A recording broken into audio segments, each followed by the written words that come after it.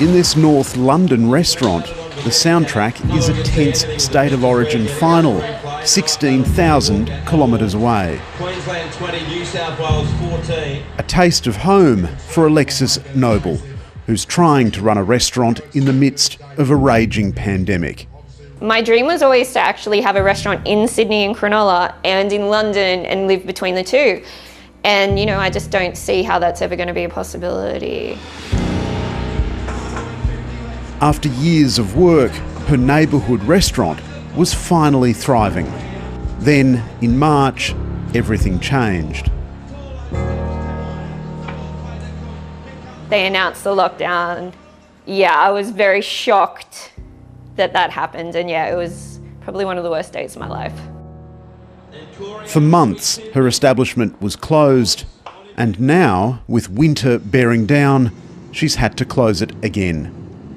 We actually closed to guests a month before this lockdown because you could see it was heading that way, and I didn't want to just receive a Sky News alert saying you have to close in 4 days, which is what happened in March. On Halloween, with more than 50,000 fresh coronavirus infections per day, Boris Johnson finally accepted the inevitable, announcing his country would be placed under a second national lockdown. Suggests that unless we act, we could see deaths in this country running at several thousand a day.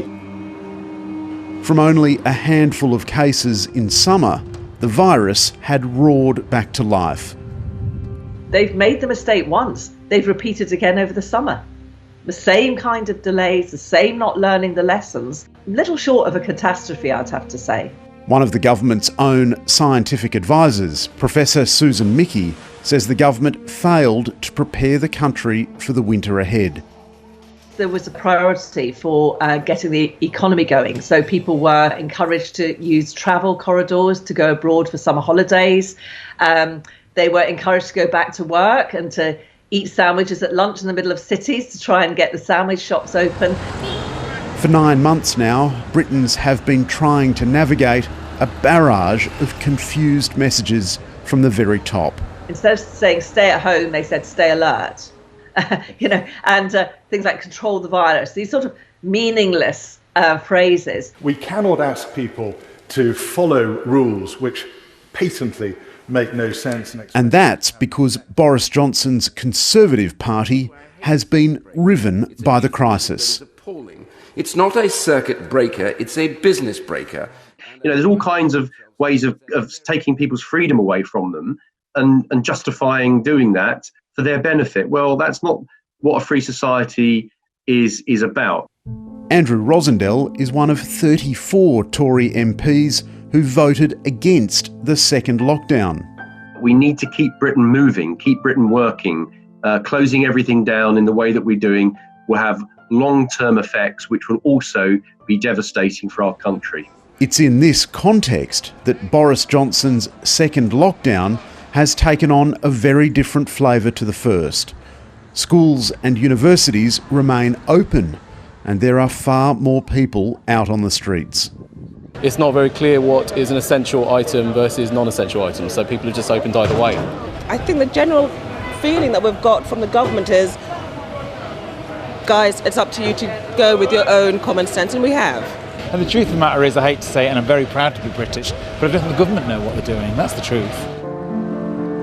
Boris Johnson promised this lockdown will end on December the 2nd, but trust in government is dwindling. We are in the middle, just about to come out of the lockdown in 2 weeks' time. Are we? We don't know. How do we plan our business? Hidden beneath this railway overpass, Terry Masika's ice creamery is called Happy Endings, and it mostly had been until this year. Yeah, one more, please. And since, we heard that news, restaurants were closing, we had to make some quick decisions. A lot of fast thinking, a lot of manoeuvring and dodging bullets, I suppose you could call it, in a way. From country New South Wales to London's East End, Terry Masika's business is now one of thousands struggling to stay afloat. And she says the British government's management of the pandemic hasn't made it any easier. I don't think it's been handled very well.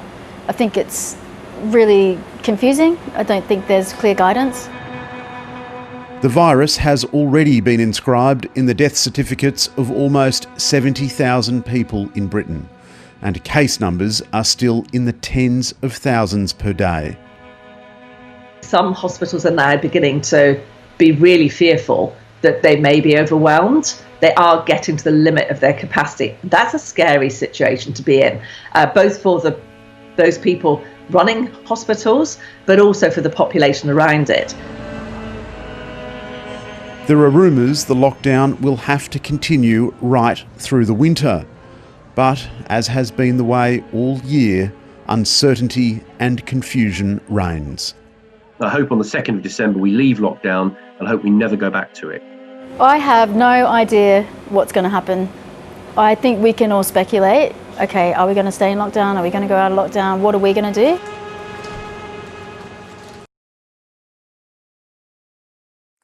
Hi, I'm Lee Sales. Thanks for watching this story. If you'd like to watch more of 730's stories, they are on the left of your screen.